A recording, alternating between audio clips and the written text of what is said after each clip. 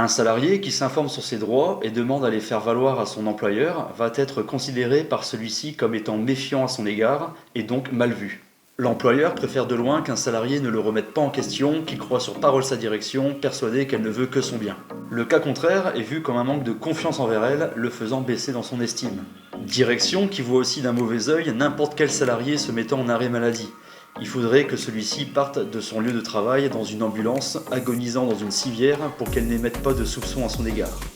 Et quand un salarié revient d'un arrêt maladie, elle lui fait bien comprendre que son absence a causé du tort à ses collègues et par la même occasion à l'entreprise, dans l'objectif de le culpabiliser pour mieux la servir. Beaucoup de salariés sont bien conscients et se plaignent des pratiques de management abusives, mais dans une certaine mesure. Car s'ils devaient tout dénoncer à leurs supérieurs, ils seraient victimes de leur méthode de management punitif. La critique n'est pas acceptée dans le monde de l'entreprise, au contraire, elle est réprimandée. Donc pour éviter cela, ils préfèrent généralement s'abstenir. Pour les personnes assujetties à leur employeur, la servitude leur est confortable et les rend irresponsables. Elles ne sont responsables que de leur propre mise sous tutelle et nous démontrent qu'il n'y a d'oppression que consentie.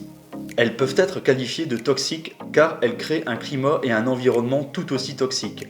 L'employeur, sachant et encourageant des comportements comme la dénonciation, se rend complice de ces agissements et devient donc par la même occasion une entreprise toxique.